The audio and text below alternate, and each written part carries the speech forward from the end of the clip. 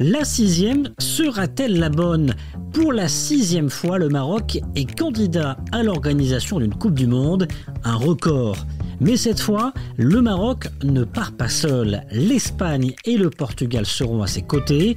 Un trio qui semble bien faire office d'ultra favori. Alors le mondial de foot en 2030 est-il d'ores et déjà assuré? Et si oui, quel impact footballistique, géopolitique et économique? Passage au scan. Je suis Landry Benoît, vous écoutez Le Scan, le podcast actu de Tel Quel. Et ce jeudi 16 mars 2023, je vous propose de parler de la candidature du Maroc au Mondial 2030 avec un ancien ministre des Sports et un journaliste sportif. Bonjour Moncef Belriat.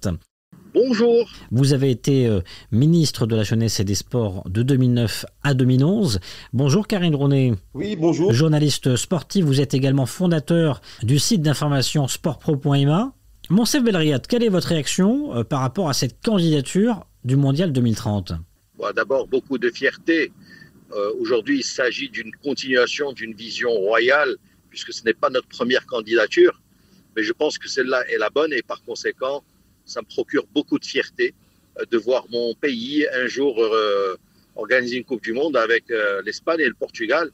Et c'est un trio qui est juste imbattable en termes de candidature. Donc, beaucoup de fierté, mais aussi beaucoup de confiance sur le fait que nous allons l'obtenir, Inch'Allah. Karine Dronnet, je vous imagine ravie également. Je suis évidemment, comme tous les Marocains, vraiment enthousiaste par rapport à cette candidature tripartite Maroc, Espagne, Portugal.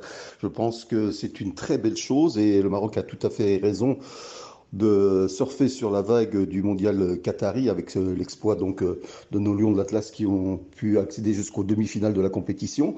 Et donc ça a évidemment renforcé l'image du Maroc à l'international et c'est donc dans tout l'intérêt du Maroc d'exploiter ce soft power. Je pense que c'est une très bonne chose et l'opportunité saisie par Sa Majesté est vraiment de très bonne facture. Elle intervient à un excellent moment. Donc on a toutes les raisons de s'en réjouir. Alors Karine Dronnet, on sait que c'est une candidature qui se retrouve face à une autre candidature sud-américaine historique.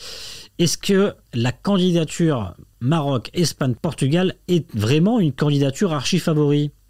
Écoutez, je pense que effectivement la candidature Maroc, Espagne, Portugal a véritablement tous les atouts pour s'imposer. C'est vrai qu'en face, il y a la candidature sud-américaine avec l'Uruguay qui espère célébrer les 100 ans de la Coupe du Monde, puisque c'est l'Uruguay qui avait abrité la première édition de la Coupe du Monde en 1930. Mais je pense aussi que le Maroc a tous les atouts dans cette candidature, dans la mesure où déjà ce sera une première historique, puisque ce sont deux continents qui seront représentés, l'Afrique et l'Europe. Alors il faut certainement prendre